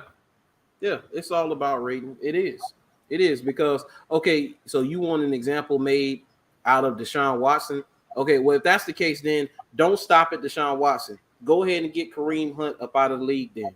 Go ahead and get Tyreek Hill up out of the league then. Don't stop there. Go down the list, and everybody who's had issues with women, they should not be playing football then. If that's going to be your message, that's what you need to say. But RG3 is not going to say that because he wants to pander. He wants to be the pander bear. Yeah, he's not going to say it because he's being told what to say. Yeah. And then this the other thing. This is with the he hasn't shown remorse. Well, he's not going to show remorse because he stayed steadfast on the fact that he feels as though he has done nothing wrong. He said that. And it's been shown that he has not forced anybody to do anything. Maybe he has some odd requests, some weird requests or whatever. Yeah, but he's maintained his innocence. He said, I don't agree with RG3, but Deshaun hasn't made the situation any better either. Did you see that press conference? He didn't even appear remorseful. He even said, I'll say again, I did nothing wrong, and that is BS. I'm telling you, this is the issue, Ness, and I hear what you're saying, but I'm not on that, because he did something that's being done every single day. It's being done right now. What he did was he paid for play. He went about it in a way that came back to bite him. What he did was he found women who moonlights as massage therapists, and he paid them. So he'd be better off. He would have been better off paying an actual working woman, which is what a lot of those guys do. But as you've seen, Robert Kraft does this. I'm sure Jerry Jones probably does. This is alleged. I'm going to say allegedly. Allegedly, these guys do the same thing. These guys in those circles do these same things. This can't come back to bite him because all it takes, Ness, all it takes is one. All it takes is one, and now every woman in your past can say, oh, well, I feel differently about the interaction me and Nesco had. All it takes is one. One say, hey, he did XYZ to me. And now a lawyer say, oh, he did, really? Well, I can get you $100,000, $200,000. I might be able to get you $500,000. Now things are different now. It'd be different if there was no money to be gained off of this. Busby did this because there was money to be made. If he worked at Amazon delivering packages, he wouldn't be in this situation. This was about money. And that first girl talking about, well, I'm not taking the money because he didn't apologize. This is about money. This was about money. 2 grand juries did not indict him. Yeah. They saw the evidence. Yeah, go ahead.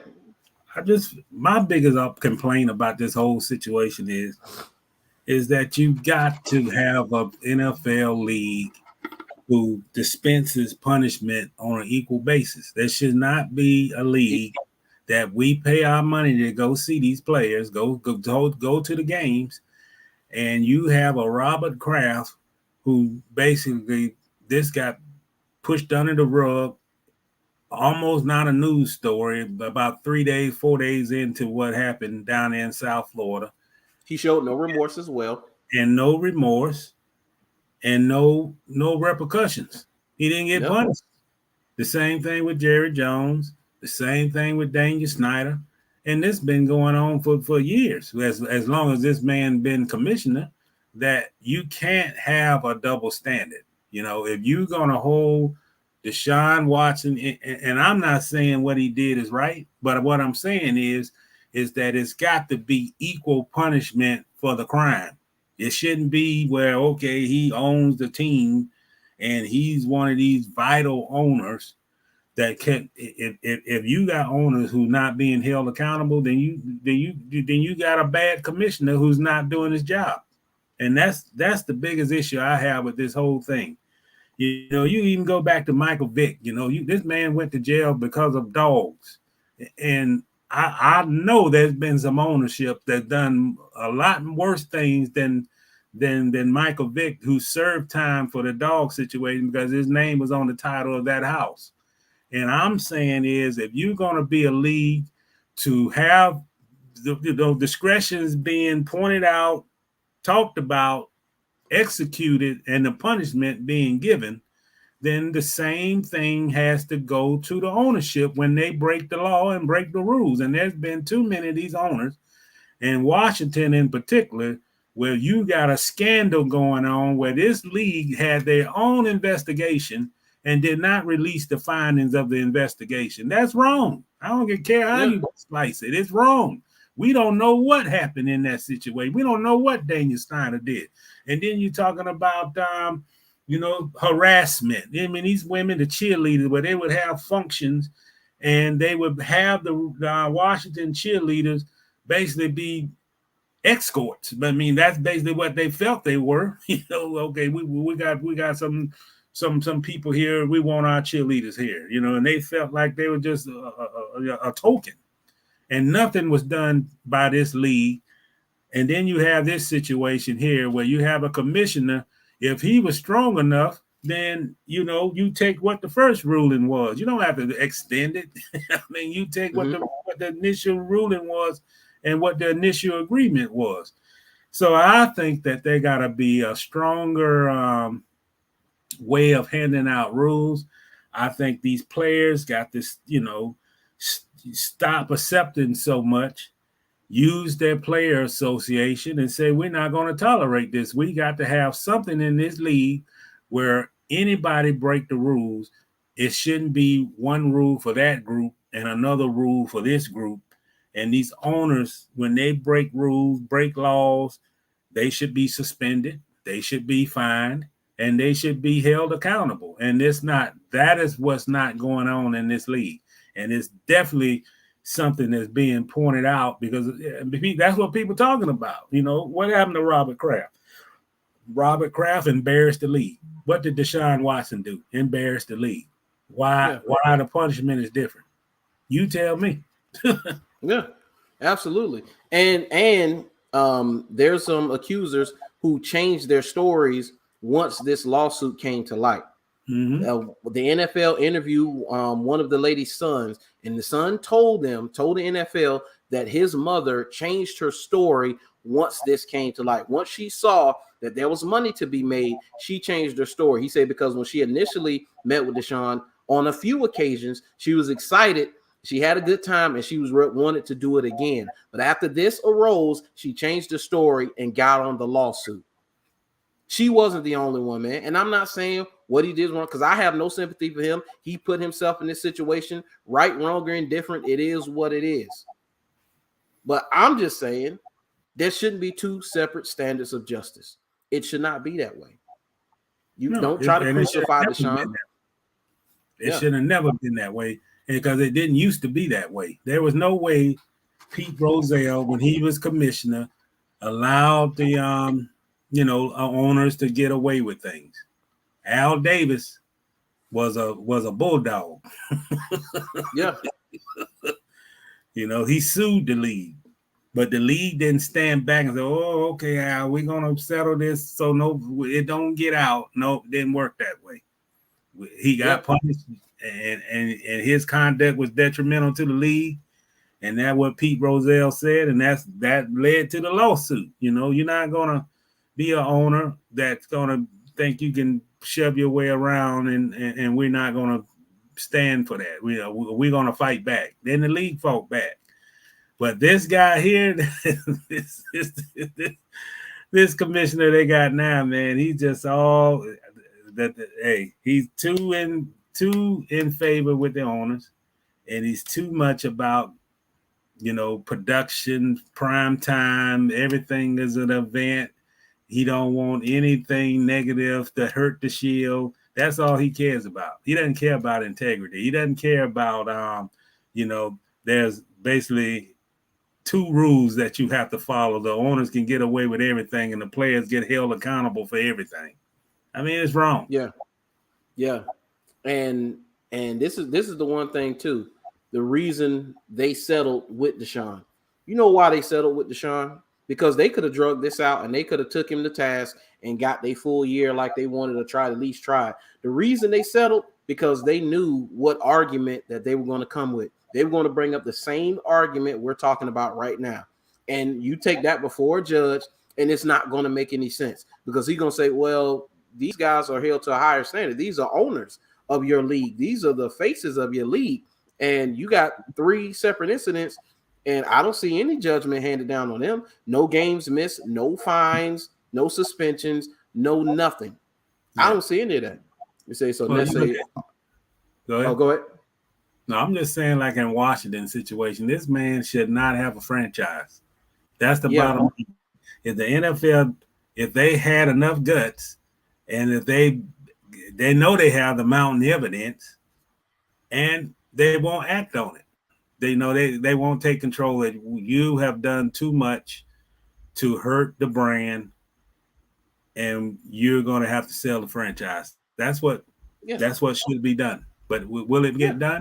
No, because he has power. Dan Snyder, one of the most powerful owners in the group, and he has power because hey, they got Jerry Richardson up out of there with the quickness.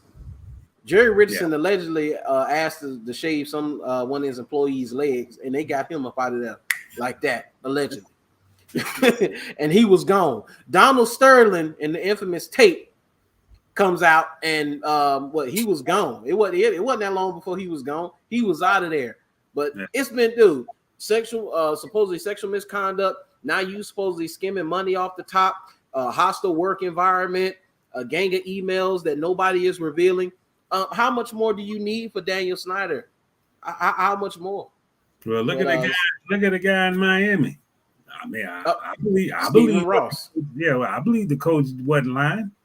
I believe he wasn't lying either. I don't believe he was joking when he said to him about tanking games. He tried to make it seem like he was joking. He wasn't joking. He was dead serious. You say all of those facts are true. That does not make what he did any better. I'm not saying what he did is any better. I mean, hey, everybody don't do that. Everybody doesn't like that. It is what it is. But I will say that's what the world is going to. So if you don't like that, you're gonna have to suck it up because that's what the world is going to. They selling themselves openly. Just letting you know that's what it's coming to. Say all the facts are true. That does not make what he did any better. He didn't pay those women because he did nothing wrong. I would want to see him if that was my sister, for real. Well, I get that too, but also if she had multiple sessions with him, I don't care if it's my sister, my mama, whoever. After he supposedly did whatever he did that made you uncomfortable, because he's not like he grabbed him, held him down, anything like that. So after his conduct was so heinous, you did multiple sessions with him after that. I'm sorry. I have to question that. I'm sorry. I'm just saying, if I go to massage somebody and they do something crazy, have a crazy request, or dude whip his stuff out and be like, hey man, I want you to do this to it. I'm not doing any more sessions with that guy. I'm just saying. That's just me. But hey, it is what it is. So yeah. So man, but we gonna leave that right there. And I want to play this real quick, man. This was hilarious to me, even though we don't have any WNBA talk, the basketball talk really. This clip right here was hilarious to me. Kids are so honest, and this was fun. I don't know if you've seen this, Mr. Reid, but this kid is hilarious. So listen to this. You look like you're here with a bunch of friends. Are these all your friends? No? Okay, well then why are you here? Do you like Chicago Sky? Looks like you do. I have never heard of this group. I've never heard of this. You've never heard of Sky basketball, the women's team? You know they won the championship, right? No. You didn't know that? Well, now you do. No, I do, but I just don't really know anything else. All right. Do you know who the Sky is playing today? No. What are you looking forward to today with this group? The buffet. We should get you on the court today, huh? Okay. Let me see how you shoot your threes. I don't shoot threes. Yo, I saw that. Hey, kids are honest, man. It's just what it is. You ask him questions. I don't know who the Sky is. I don't know who they're playing today. Say, why are you here? I'm just here for the buffet, ma'am. I don't know nothing else about none of this. Yeah, she ran up on one that boy. yeah. Then she responses. She caught one. She caught where he was being completely honest, man. Yeah. Completely honest, man. But man, we're gonna leave that right there. And I ain't have my other story up. Hold on just a second. They say okay, here we go. So Aquib Talib, you know, he's been in this situation with his brother, with the youth football coach. They had an altercation, and his brother shot and deleted the coach in front of his son. And so now it says Aquib Talib splits with Amazon after brother allegedly shot and killed a youth football coach.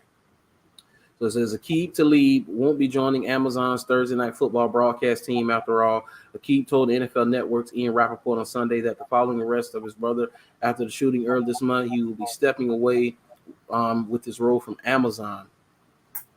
Say Aquib's brother, Aquib Talib, turned himself into Dallas County Jail early this month and is now facing murder charges after he allegedly shot and killed a youth football coach. Aquib was present for the incident, and witnesses told WFAA last week that Aquib instigated the fight by crossing the field during a game and confronting referees. Aquib's lawyer said in a statement after the shooting that he was very distraught and devastated. Aquib Talib was present when the unfortunate incident occurred and is very distraught and devastated over this terrible loss of life. His lawyer said he would like to convey his condolences to the family of the victim and to everyone who witnessed this unfortunate tragedy. Aquib played in the league for 12 seasons, 2008-2019, first with Tampa Bay Buccaneers. Okay, that's talking about his career. But this is unfortunate, man. I think that Aquib was a rising star in the booth. I mean, I think last year might have been his first year, and his first couple of games, he got better and better and better the more I heard him calling games. And I think he was going to do a great job with Thursday Night Football. And look at that, just like that. That shows you, especially young men, that shows you how quickly things can change. An opportunity like that is gone because of a decision that you made. Yeah. You know? And I told a buddy of mine a while back, I was coaching at Sandalwood, and a buddy of mine, he was defensive coordinator. And he had a friend who he wanted to bring on the coaching staff, so he had him at practice with us. He wasn't a part of the staff just yet, but he was coming on, you know, showing that he could be an integral part of the team and be a part of the coaching staff and be an asset for us. And he got into it with one of the students, with one of the players. Mm-hmm. And just from the interaction, now the player was incredibly disrespectful. I can't defend what the player did, but even with the player being as disrespectful as he was, the coach basically went down to the player's level. And as a coach, you can't do that. You're trying to prove yourself. You're not a part of the staff. And now you get into an altercation with the player. And so now after that, you know, of course, they didn't want him around no more. He was gone. And I told my friend after that, I say, listen, I understand that's your homeboy and you want him to come along. But on this journey where you trying to go where you're going, everybody can't come with you. Mm-hmm. They can't because everybody's not going to treat things the way you are. This is your baby. Everybody's not going to care for your baby like you care for your baby. This is your dream. This is your path. You trying to bring people on your ship, and they could be an anchor and not a paddle. And that's why everybody can't come along. Yeah. You know, I tell my students this a whole lot. I always say you got to write your own story. You don't let somebody write your story. You know, a lot of times kids get pressured and, you know, they do stuff out of peer pressures and all that stuff.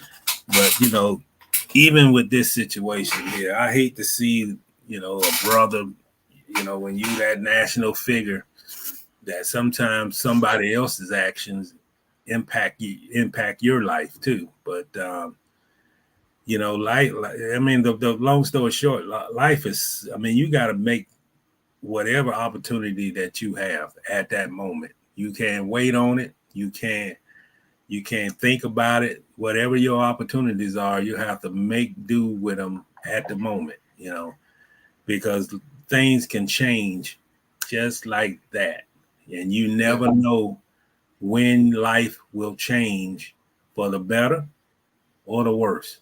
But that's why you have to go out and fulfill things and do your best at things to get where you want to get at, because that's what it is. Life is unpredictable, and you have to take advantage of your opportunities while you get. I think so many people wait and just expect things going to happen. Change is going to come, which is nothing wrong to believe in that. But sometimes leave opportunities on the table. And in this life, man, you got to go for it. You can't wait on opportunity. If the opportunity is there, take it. Take a chance. But this is an unfortunate situation, though, Yeah. It's incredibly unfortunate. And they like, hey, Ness, I'm with you. Why you at the Pop Warner game with a gun? Yeah. What? Why is there a need for that at the Pop Warner game? It's just it's unfortunate. Not only so many lives affected by this. Yeah. So many, and just the one I feel for the most is that 9-year-old boy who watched his father gunned down on that field. He's never going to be the same, and he's never going to forget that. Yep. Yeah, it's just it's unfortunate, man. But we're gonna leave it right there, and we got one more in football. I think it was Aaron Rodgers. So let's see. Yeah. Oh, there we go. Yeah, Aaron Rodgers called out young receivers for dropping passes. Yeah. So let's get into this. So say Packers Aaron Rodgers calls out young wide receivers for drops and bad routes. Say we've got to be way more consistent. Say Packers quarterback Aaron Rodgers has routinely praised the stable of young pass catching weapons during the 2022 NFL season. However, his tune about them changed on Tuesday. Rodgers publicly expressed frustration with his young receivers after Tuesday's joint practice with the Saints. The veteran quarterback was particularly peeved by the group's lack of route running precision and drops during the session. Say the young guys, especially young receivers, we got to be way more consistent, Rodgers said. Per ESPN, a lot of drops, a lot of bad route decisions, running the wrong route. We've got to get better in that area. Say Rodgers' annoyance with the young pass catchers may have boiled over Tuesday, but had been simmering under the surface since the team's 28-21 loss in its preseason opening on Friday. In that contest, backup quarterback Jordan Love threw 3 interceptions. However, Rodgers thought that blame for a couple of them lay with the receivers. I felt bad for Jordan the other night because, we have a couple of total mental busts for picks. He said, Rodgers said after the game, per Packers Wire, we had a drop for a pick, 2 guys running who knows what one on the third one, and he shouldn't have thrown the ball there probably, but some of that is veteran stuff, making veteran mistakes. Rookie wideout Romeo Doubs, whose Rodgers praised effusively throughout training camp, was responsible for one of Love's interceptions. He had a pass ripped away from him as he fell to the ground for Love's second turnover of the day. Additionally, Dobbs had a crucial drop during Tuesday's practice against the Saints on what Rodgers deems as his best throw of the day. Rodgers didn't call out Dobbs by name, but his message to all the young receivers looking to replace Devontae Adams was clear per ESPN. He said, you keep dropping the ball, you're not going to be out there. It's going to be the most reliable guys that are out there. The preparation and the job responsibility is most important.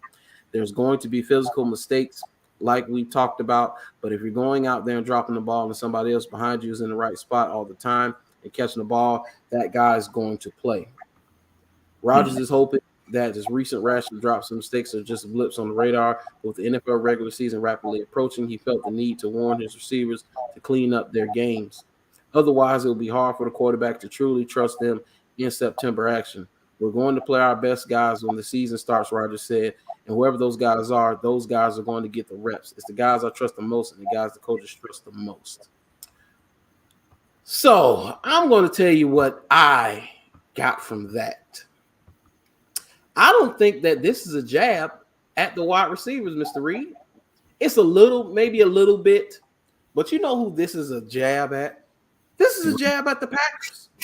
This is a jab at the front office. He's basically saying, look at this. Look what you gave me.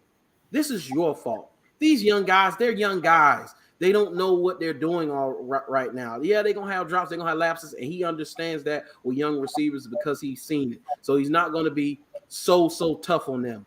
But this right here sounds to me like he was talking to the Packers directly, because instead of you going to get me receivers, you drafting quarterbacks in the first round. You drafted defensive players in the first round. You're not going to get me free agent receivers or even at least trying to move heaven and earth to get more receivers. So that's what I think that this is about. This is his ongoing war between him and that Packers front office, and the wide receivers just happen to be a casualty and caught a stray on this one. Well, this is how I call it, Brandon. Mm-hmm. I'm tired of this guy. This guy whines. He want to look like one of the movie actors. I mean, when is he gonna just be quiet? That's what Ness just said. Be quiet. Take the snap. Throw the ball downfield and win a Super Bowl. When is that gonna happen? I mean, every time this guy. I mean, I hate to say it, but he picked up a lot of habits from Brett Favre, because it just seemed like this guy just. I mean, he's going to go out with a bang. It seems to me that he's upset for all those years. The Packers made him sit behind Brett. The Packers didn't do nothing in the front office to push the needle. And it just seems like it's like he keep punching this franchise, but as soon as they bring the Brink truck and give him that money, he signs another deal, and then he's still not happy. Like he's got a shot to give back to the franchise, or this is not the way it should be. When does Aaron Rodgers start blaming Aaron Rodgers for not getting them back to the Super Bowl? When does that happen? It just seems like, man, he's got this franchise on notice about everything. It just seems like sometimes you watch this guy on the sideline, they got Love out there quarterback, and it just seems like he just, man, what point are they trying to prove? It just seems like this guy cannot be happy. And if I was the Packers, I'd say this, man. I know you done signed the contract. I would be open and frank with my fan base. But there comes a time where the superstar quarterback, all-pro quarterback, Super Bowl winning quarterback has outgrown his time in a city. And I just feel this guy has outgrown Green Bay. It just seems like he's never happy. They never make it to the Super Bowl. Something happened, but it ain't his fault. It's somebody else's fault. And I think at some point you just got to move on. I mean, that's when, it's like he's screaming to get out of Green Bay. But whenever they come back, like they don't want to be the franchise that kick them to another franchise. But when is enough is enough? I mean, that's almost to the point. When is enough is enough? When this guy going to keep throwing this franchise under the bus? This is one of the, the legendary franchises. They've been through the same situation with Brett Favre, and now they take. He's got a young quarterback behind him who never gonna see the field. And I'm almost at the point. I'm tired of hearing this guy talk. I mean, what else more can he say? Win a Super Bowl, go out in glory, and retire. If you don't like the game, or you gotta criticize this drop pass and this that, and I'm tired. I'm a long way from Green Bay, so I can't imagine what the folks up there is just like. Man, if you don't want to be part of the team or part of that franchise, stop signing the contracts. Move on to another franchise. But I'm tired of hearing them talk. Shit. Man, that's all he talk about. This, that, this. I mean, he's like instigating. Stop instigating. Just take the snap and throw the ball. Get your team to another Super Bowl victory. If you can't do it, retire. Yeah. And see, let's say, I'm so sick of Aaron. I'm a black belt Rodgers. He always crying about something. Yeah, I agree with you. I'm sick of this guy always crying. This is the guy who wanted to play, kept his mouth shut, didn't say nothing out of the norm, and now he's become this outspoken. I don't like this quarterback. I don't like this situation. I'm gonna speak out about this. He came to camp trying to be a Hollywood lookalike. I mean, man, go play football, stay out of the news, and throw passes to your receivers, and get the team back to where it needs to go to. And once again, if you can't do that, then just retire. If you want to be a celebrity in Hollywood or whatever, then move on to the next chapter. But man, do you?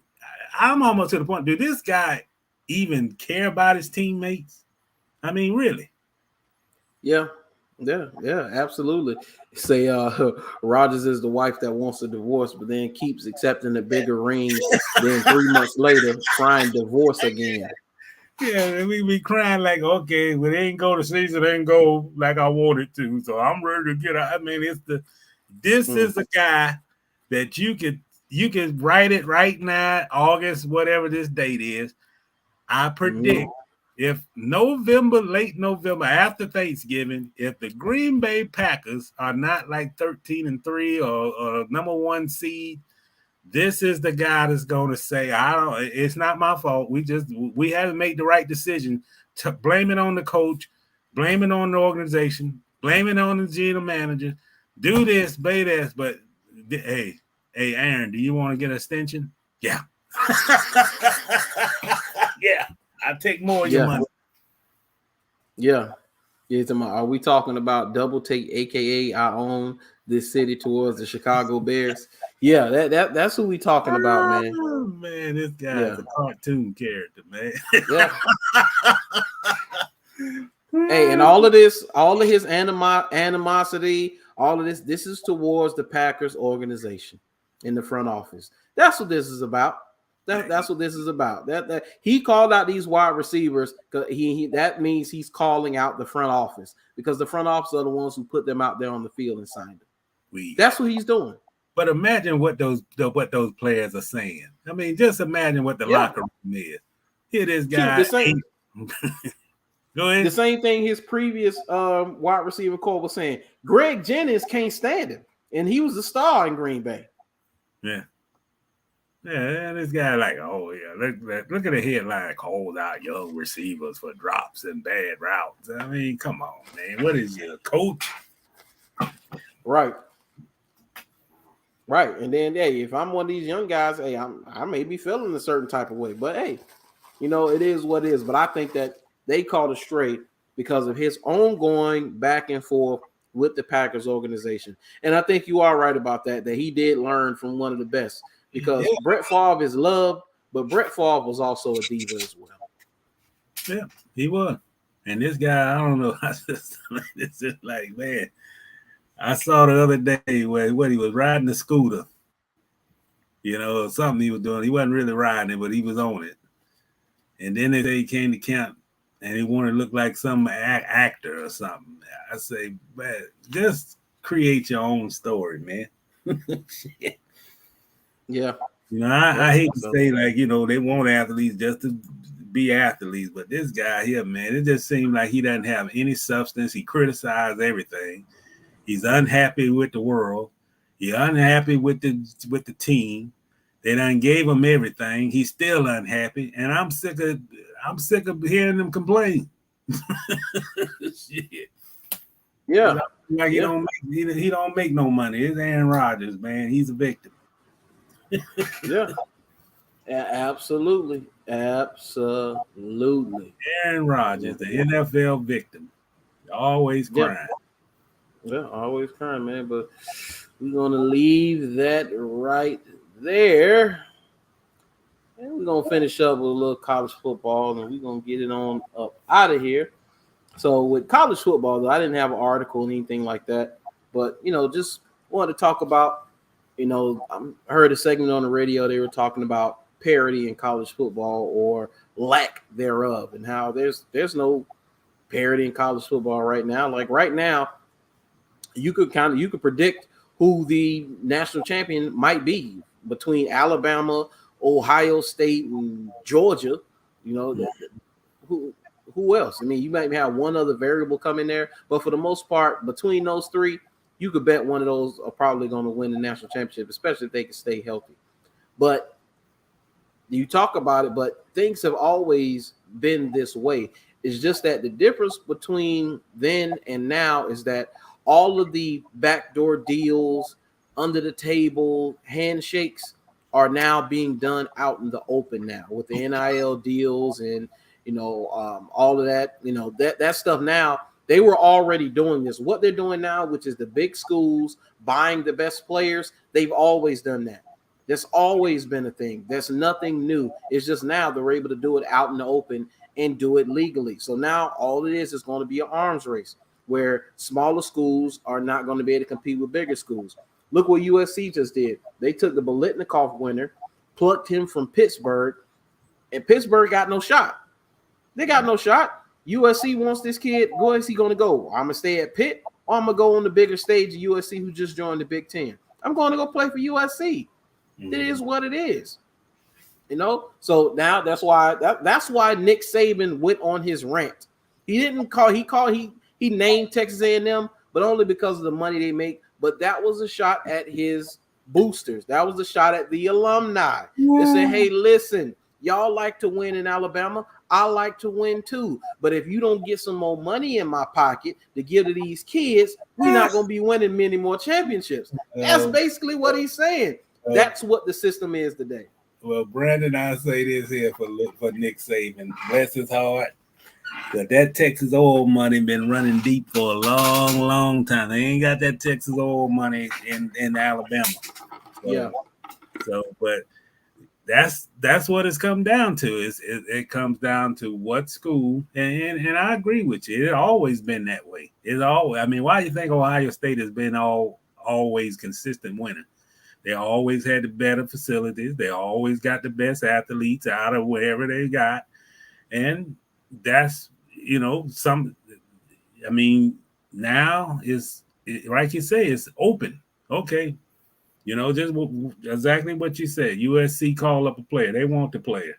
Pittsburgh don't have the tradition of a USC. It's hard to, you can't beat tradition. If you've been winning for the last 50, 60 years, then your brand is what you are.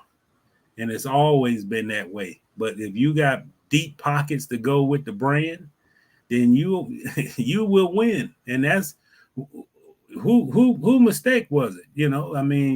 I'm almost to the point to say that college football is never going to be like what it was before. That's where it's coming to. It's not going to be about parity. You won't never see Kansas State on television, national television. You might see them on a regional televised game, but you're never. What it's going to come down to, the only games that we're going to be seeing in over the next 10 years is going to be Big Ten playing against the Big Ten teams, SEC playing against the SEC teams, and wherever the ACC teams end up at, which possibly could be the SEC. We're going to have two mega conferences, Big Ten, SEC, and that's it. Yeah. It's just like boxing. We want to see a prize fight every day. That's why they got the UFC. We want to see fighting. We don't want to see a guy running around the ring and don't punch. So we got to have some action and in order to be that, you got to have deep pockets. Yeah. And the ones that don't have the deep pockets, they're the ones going to be on television stations that's not on your dial. Yeah. Nobody wants to see. Nobody's paying money to go see Alabama versus Cincinnati. No, absolutely not. They want Bama, Ohio State. They want Bama, Clemson. They want Bama versus Georgia. That's what you want. You know, you want the big matchups. And speaking of Texas oil money, remember the kid Quinn Ewers, who he committed to Ohio State, had $1 million NIL deal, hadn't set foot on the field, transferred to Texas. Now he's the starting quarterback at Texas. Just like that. Look at that. Isn't that something? Yeah. Once again, it's being done out in the open. It's always been this way. But these facilities, man, like A&M might be comparable to Alabama's facilities. Florida, you just saw Florida got all their new stuff. Man, my brother was talking about that facility. He's like, Brady, you saw that facility? That's absolutely ridiculous. I saw that facility. That is crazy. Yeah, that's what it's come down to. They got kids that want to you bring in the recruits. They're bringing them in rock stars. They feel like they're in Hollywood for that visit. But no matter what, I still disagree with the Georgia coach about taking that game out of Jacksonville because of his absolutely being hurt. So, absolutely. Shoot, for those who haven't seen that facility, matter of fact. Yeah, let's see it. I want to see it, man. They got the lazy river. The lazy river. They got a lazy river. I haven't seen it. Put a lazy river in there, but I saw a picture on Twitter, man, where they got a nutrition bar. You just go there and get you some apple juice all day. Wow. No, I hadn't seen that. Let's see.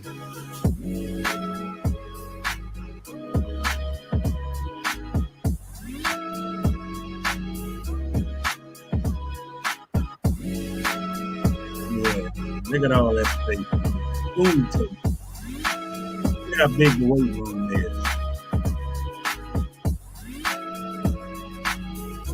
Did I see reclining chairs in the locker room? Yep. Look at that.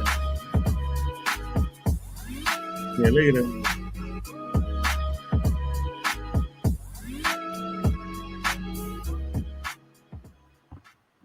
Florida State better get the hopping, boy. they better get it together.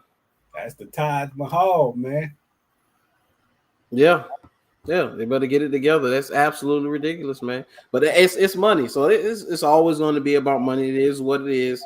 But that's what the people are going to want to see anyway. It's always the big schools. But like I said, nobody's going to watch Alabama versus Cincinnati. That's not what you want to see. That nobody wants to see that. You want to see the big matchups. You want to see the marquee matchups. Just like nobody cares about the Jaguars versus the Houston Texans on Thursday Night Football. It's not something that's really on the radar. I'm sorry. They want to see Pittsburgh Ravens. That's what they want to see. We can admit that. Hey, I don't want to see the New York Knicks versus Orlando Magic on Christmas Day. I want to see the Warriors versus the Grizzlies. That's what I want to see. Oh man, why you had to bring the Magic up, man? They came out with the new schedule. Ain't nobody in Orlando talking about the games. No shit. Hey, even their number one pick, the team that lost that. They ain't even talking about him no more. Only Orlando, boy. They ain't even, man, I think I can go to Orlando. They don't even have a billboard sign, the number one overall pick. It's just another face on the roster, man. That's what it is. That's what it is, man. Hey, people want to see Lakers versus the Warriors now because that's because of LeBron. You want to see, man, the Orlando Magic. Do you think they would ever? This is the only way I would drive down to Orlando to see the Magic. if the Magic was serious about winning, they would make a play, even if they couldn't get him. Just be aggressive. We want Kevin Durant. Oh, yeah. We want Kevin Durant. We'll spend any kind of money we want. Do I hear that from them? No. There's crickets going on. And that's the problem right there. They ain't aggressive. They don't want to win. They just want you to come to the game. Yeah. That's pretty much it. Yeah, they want you to wait on our young players while you've been waiting already for the last 10 years. Yeah. Yeah, that's just what it is, man. Gotta spend that money. Regardless of you gotta spend that money. The only way you're gonna win in that league, and I know we don't win off the deep track, but it's the same in college football. Because believe me, they getting the youngsters. They just ain't the big, millionaire stars, but they plucking the stars off these high school teams. You have to get the stars on the team. You have to get the superstar. If you don't, you're not gonna win. And that's the problem with the Magic. Cheap. They too cheap. Yeah. Absolutely. So, man, we're gonna leave it right there. I appreciate everybody for tuning in. Any other things you wanted to any closing thoughts you had, whether it was about them Jaguar concession prices. Yeah, they can say, I'm gonna say how I feel. And I said, I feel like I got hijacked when I went to the game on there. I had a great time with the family.